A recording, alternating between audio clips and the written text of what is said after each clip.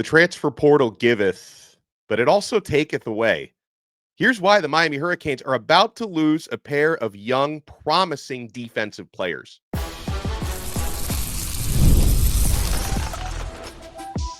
You are Locked On Canes, your daily podcast on the Miami Hurricanes, part of the Locked On Podcast Network, your team every day. I am Alex Donno, University of Miami alumnus, co-host of Locked On ACC, and writer for Canes County at Rivals. And thank you so much to the everydayers for making Locked On Canes your first listen and your first watch today. We're available free wherever you get your podcasts. We're free on YouTube. We're part of the Locked On Podcast Network, your team every day. Today's episode is brought to you by Game Time. Download the Game Time app, create an account, and use code LOCKEDONCollege for $20 off your first purchase. On this loaded episode, we'll talk some Jackson Cantwell because the number one recruit in America, who is strongly considering Miami, dropped a huge update on his timeline. We know the exact day he's going to make his verbal commitment. And does the timing of that give a school other than Miami a big advantage? We'll talk about Miami's roster needs, and a couple of Miami's needs were amplified last night based on who is leaving Coral Gables in the portal. I've got a big list of players around the country who might be of interest to Miami who are hitting the portal. We'll talk about it. But let's talk about a couple of players who on Monday night have decided they're going to enter their names into the transfer portal, both on the defensive side of the football. One of these more surprising than others. So the first one to drop his name in is defensive tackle Josh Horton. 3 years of eligibility remaining. The other one, which caught a lot of Miami fans by surprise, especially just based on how coveted this man was coming out of high school, how badly we wanted him, how hard Miami recruited him. Zaquan Patterson, another one with 3 years of eligibility remaining. Safety out of Chaminade, Zaquan Patterson is going to be leaving Miami through the transfer portal. Now, some of the best info that's come out on Patterson and why, he's deciding to take his talent somewhere else. Credit to canesport.com because they tracked down Zaquan's uncle, Manny Rivas, who is essentially functioning as Patterson's kind of unofficial agent. He's helping Zaquan, navigate the whole process. And he said to Kane Sport on Patterson leaving, it's just a mutual agreement to part ways, he said. Miami has been great to us. We love the city, have no issues with the staff. We appreciate everything Miami staff has done for us on finding his next destination. This is even since last night. The phone has been burning, he said, with third parties from programs reaching out to gauge their interest in Zaquan Patterson. He says it has to make sense. We're not in a rush, he says. So here's the message that Zaquan Patterson sent. And by the way, I am not saying anything negative about this young man headed out the door because when obviously you hate to see a player go. And we can only speculate as to the exact reasons why. But Zaquan Patterson is being so classy out the door at Miami. This guy's not throwing any barbs. He's not throwing any shade. He says, I want to thank all the Canes fans as well. He says, they've been a big part of my support. They made me feel at home from the day I committed to now. They all showed major love, he says. He said it was just not the right place, right time, he said. Zaquan Patterson said this on leaving Miami. It has nothing to do with the program. Mario Cristobal and everyone in that facility are great people. So, listen, I hope Zaquan finds a great opportunity out there. I just hope it's not, Florida State or Florida. Florida State seemed to be the team that came in second in his recruiting coming out of high school. So I don't know if that's still a program to watch. It's way too early to speculate. So in terms of Miami's position at safety, Zaquan Patterson's role had he stayed in Miami, it's hard for me to really grasp what that would have been this year. And it's because he missed the majority of spring football due to injury. He had a lingering injury. I think it was a thumb, that he suffered in the Virginia game last year. So he only practiced Zaquan, I think, 3 or 4 times in the spring. So it was really hard to gauge where he would have been in Miami's safety rotation. The only guy that I'm really sure of that looks like a starter, day one, stone cold starter, stone cold lock to start, is the other ZP, Zechariah Poyser. Like Zachariah Poyser, someone in that safety room who has earned great separation. Dylan Day has had a really good spring. He's competing potentially for a starting job. Markeith Williams, I know he's been in the program for a long time and is yet to break through. Markeith has had a good spring at the very least. He looks like he can be a guy who plays on a rotational basis.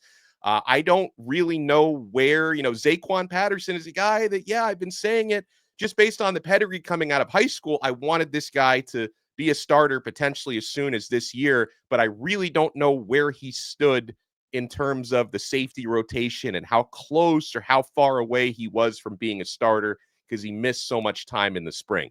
He played a lot as a true freshman last year, only started one game, but he played in all 13 of Miami's games last year. Rotational guy last season for Patterson. You could say, he struggled in coverage last year, but most anyone who played defense on Miami last year struggled, except maybe for OJ Frederic. But, I wish Zaquan Patterson the best. I don't know where he would have stood at Miami had he stayed.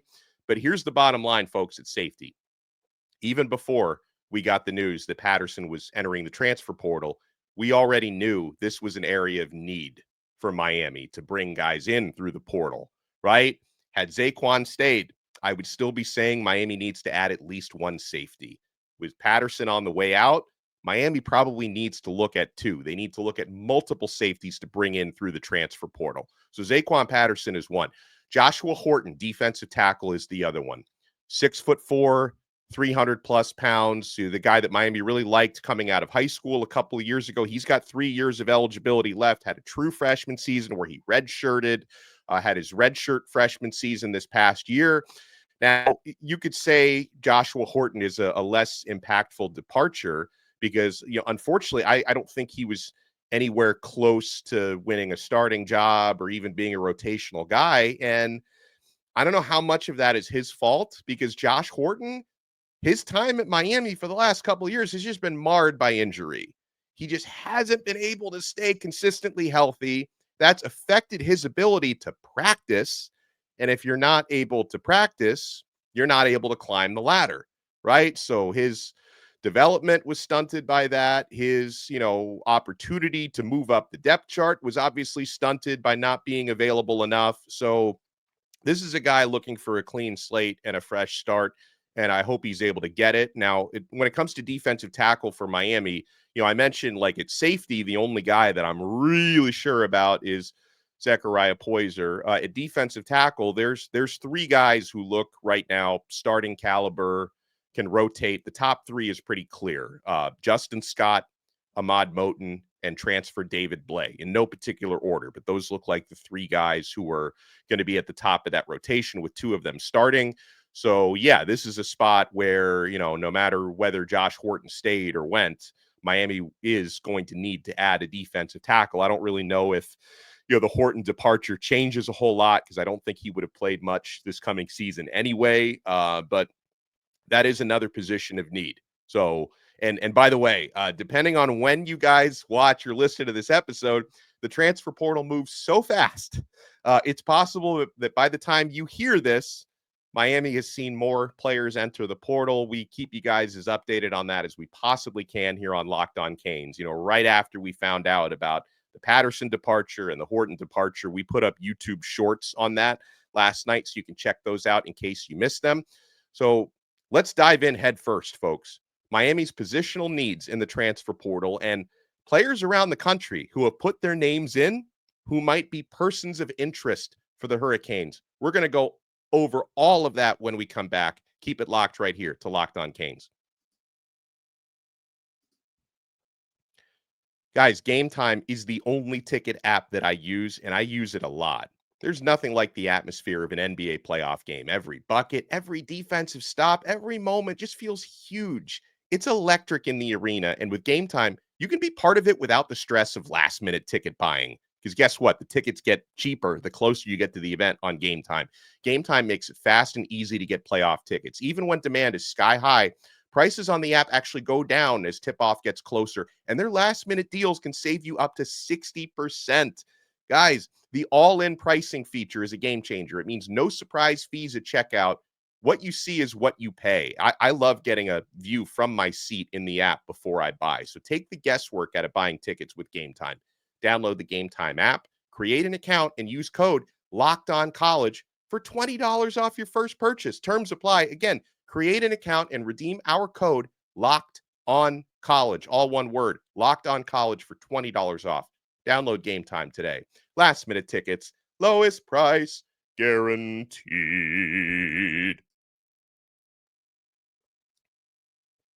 Thank you for making Locked On Canes your first listen and your first watch today. For your next listen, check out Locked On ACC. Kenton Gibbs and I take you around college football, around the transfer portal. We did talk yesterday about North Carolina possibly pursuing Nico from Tennessee. That has been ruled out. Now North Carolina is probably going to land, I think, the South Alabama quarterback. So they're out of the Nico sweepstakes, but we'll be talking more transfer portal as well throughout the week here on Locked On ACC. But here on Locked On Canes. Okay, so I already mentioned defensive tackle.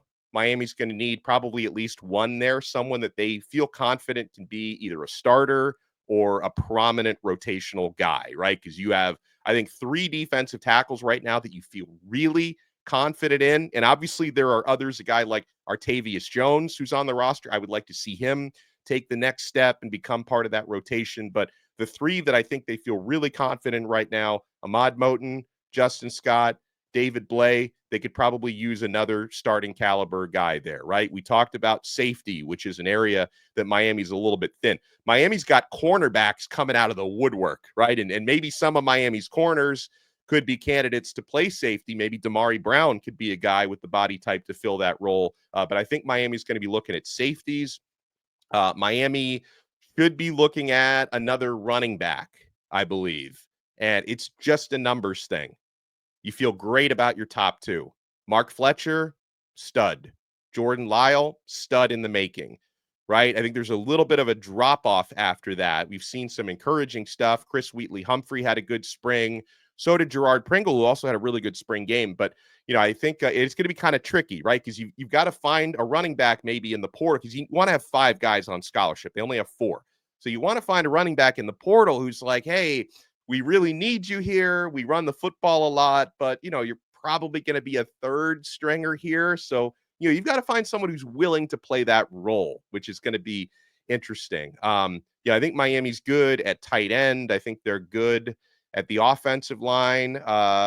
Quarterback is going to depend on if any of your, 3 guys behind Carson Beck, if any of those 3 decide to leave, Miami would probably look for somebody, because I think 4 scholarship quarterbacks is where they want to be. But again, if you're looking for if you do look for a quarterback, you're looking for, somebody who understands, you're probably not beating out Carson Beck. So you're, looking for a potential backup or a 3rd stringer, which can be tricky, right? On defense, yeah, we mentioned defensive tackle, safety, linebacker could be a spot you look at in the portal. And, correct me if I'm wrong, but so far, like, I've seen a lot of players around the country enter the portal. I've seen a number of running backs, receivers. Oh, receivers, another need. We'll get to that in a second. I've seen a number of running backs, receivers, defensive tackles, some safeties. I haven't seen a whole lot of like really good linebackers enter the portal. So maybe we're still waiting on some of those to get in. And yeah, going back to the offense, receiver, it's like the worst kept secret. I think Miami's going to look for another, experienced wideout, right? We like a lot of the young guys that they have. JoJo Trader is someone who had an awesome spring. He didn't play in the spring game because he picked up a minor wrist injury, but JoJo had an awesome spring.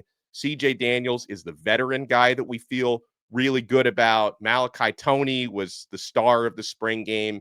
JoJo had a good spring. Those are, primarily slot guys. Nye Carr is someone. A lot of people ask me about Chance Robinson, like, hey, how come nobody's talking about Chance Robinson? I think the reason why nobody's talking about him was he missed the spring. So, he's got to get healthy and get himself back in that rotation. But Robinson is a guy that I feel really good about. We just weren't talking about him because he wasn't involved in spring football with an injury. So that's the only reason there. But I think the Hurricanes could look to add another experienced wide receiver. So, all right. Some of the players over the last 24 hours who have decided to take their talents into the portal around the country. a handful of these guys. And again, I don't know for sure. This is my speculation. I don't know for sure who Miami is targeting. I don't speak for Mario Cristobal. I don't know who Miami is going to schedule visits with, but there are a number of players who got Donno's attention who have entered the transfer portal, earlier this week. Now, one of these, I strongly feel, and again, I don't speak for the coaching staff, but I do strongly feel Miami is going to pursue this one because of the connection he has with Will Harris, Miami's defensive backs coach, safeties coach. Florida safety Greg Smith III is entering the portal. He's got all 4 years of eligibility left. 6'4", 217 pounds, was a 4-star recruit coming out of high school. I've heard that Greg Smith has a great relationship with Will Harris. So it would just make too much sense with Miami needing a safety. Here's a really promising safety that is, good friends with one of Miami's coaches. It just make too much sense for Miami not to go after him. Now, I know that there is a little bit of buzz from Florida folks thinking that maybe Smith, even though he's entering the portal, it's possible he might decide to stay at Florida. I get mixed messages on that, but I feel pretty strongly that with Miami needing a safety and this guy having connections to one of our coaches, that Miami is probably going to make a run at Greg Smith. We'll see how that goes. And that could be a really good addition to the Canes. A defensive lineman who entered the portal last night, Kentucky defensive lineman Kendrick Gilbert, 6'5", 275 plus. He's got 3 years of eligibility remaining, SEC experience. I wonder if Miami could make a run there. Another SEC defensive tackle. I love this dude's size. Demarion Thomas out of Vanderbilt, 6'2", 321 pounds, 34 tackles and a sack last year. He's got 2 years of eligibility remaining. So that could be someone Miami looks at, Demarion Thomas. Liberty has a defensive lineman who looks pretty good, Jay Hardy, 6'3", 310 pounds. He actually started his career at Auburn, transferred to Liberty. He's a former top 100 recruit. There's a Charlotte defensive tackle, and I don't know a whole lot about this guy. So if he's really good or if he's not that good, you guys let me know.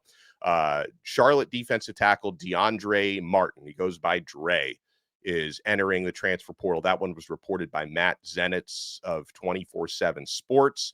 He's originally a South Carolina Gamecock. He had in 2024 at Charlotte, 18 tackles and a tackle for loss that year. Going around to some other positions. How about running back? NC State running back Kendrick Raphael was the third leading rusher for the Pack last year. 3 years of eligibility left. So I wonder if, I don't know if Raphael's looking for somewhere where he can be like a top 1 or 2 guy at running back. He was the third rusher at NC State last year. I don't know if that's somebody who might fit the mold. And again, even if I think Miami's going to run the football a lot. So even if you are like a third guy here, you probably will still see the field a lot if you're good enough, of course. So Kendrick Raphael is in the ACC. You have to wonder. Oh, and by the way, let me offer, I should have said this right off the bat when we were talking about a couple of the SEC players, like guys from Kentucky, Vanderbilt, Auburn, who are hitting the portal. This is a really important note. When you see a player in the SEC who enters the portal in April, that player is leaving the SEC because that conference, the old Southeastern Conference, does not allow players to transfer from one SEC school to another in the spring transfer portal.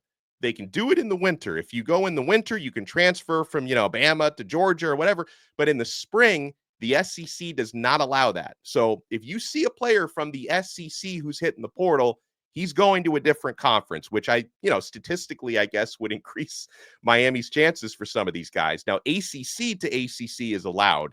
SEC to SEC is not. Just keep that in mind. LSU running back John Emery, he's like the Cam McCormick of running backs. He's heading into his 7th year of eligibility, and LSU has already confirmed, Brian Kelly said this a few weeks ago, that he's not going to be coming back to LSU, but John Emery is going to play a 7th year. He's coming off an ACL, but I think he's healthy now.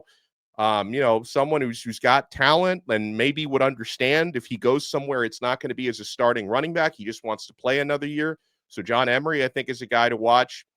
There's an Auburn safety, CJ Johnson, 6'3", 205, 3 years of eligibility left.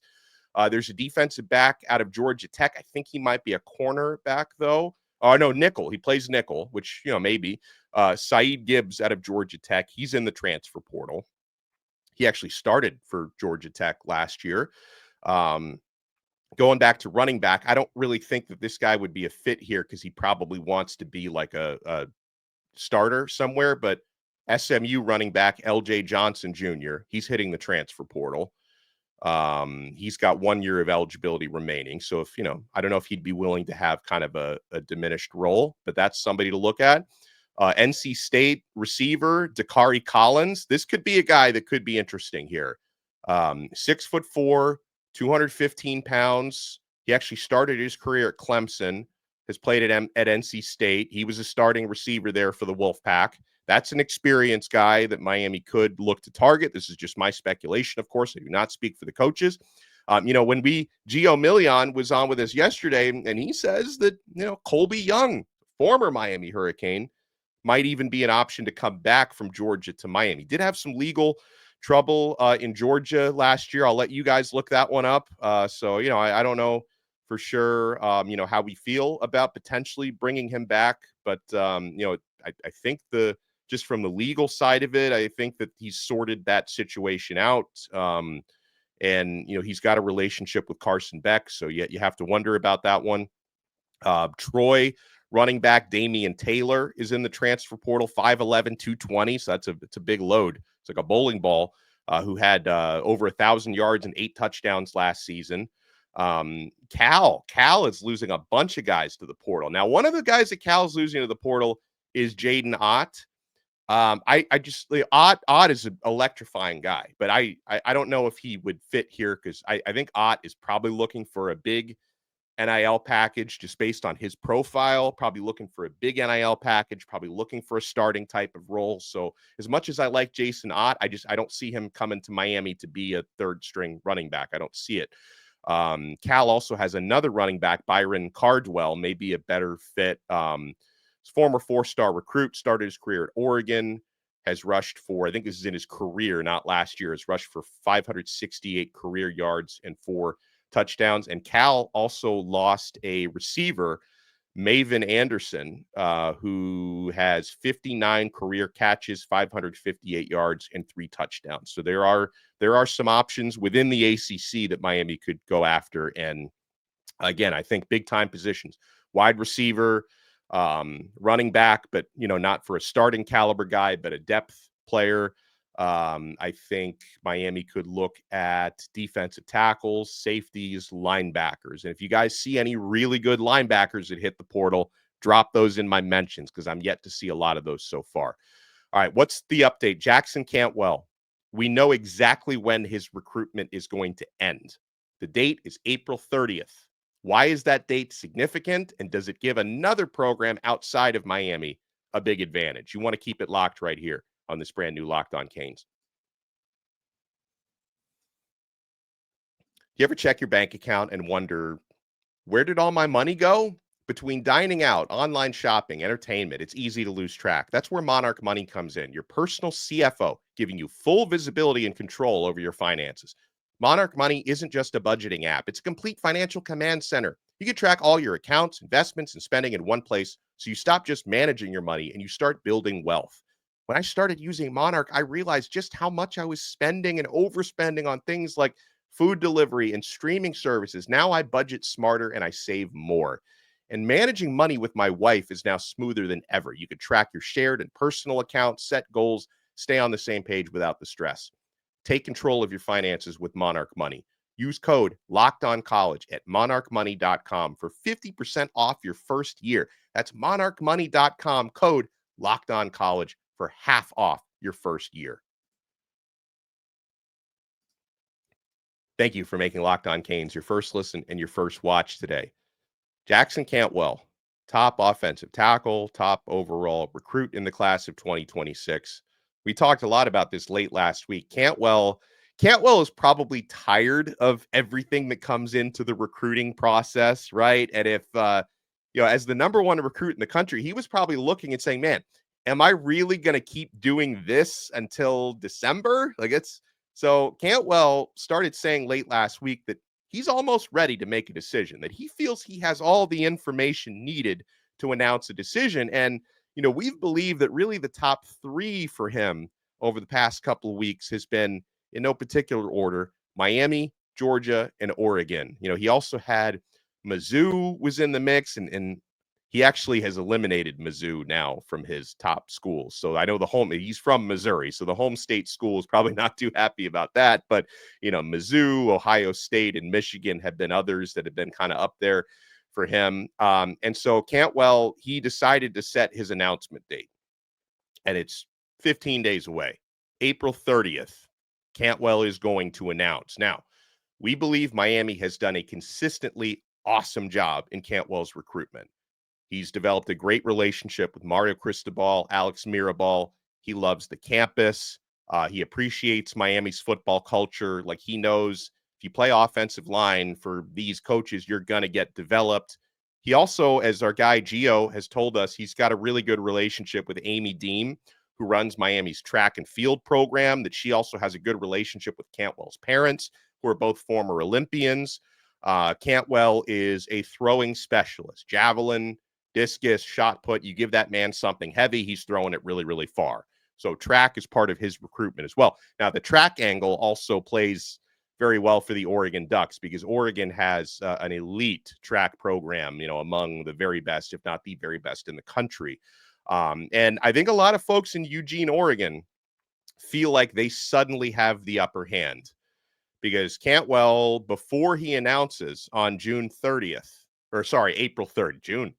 30th, before he makes that announcement, a few days before that, he just locked in a visit to Oregon, and he's going to be checking out their spring game.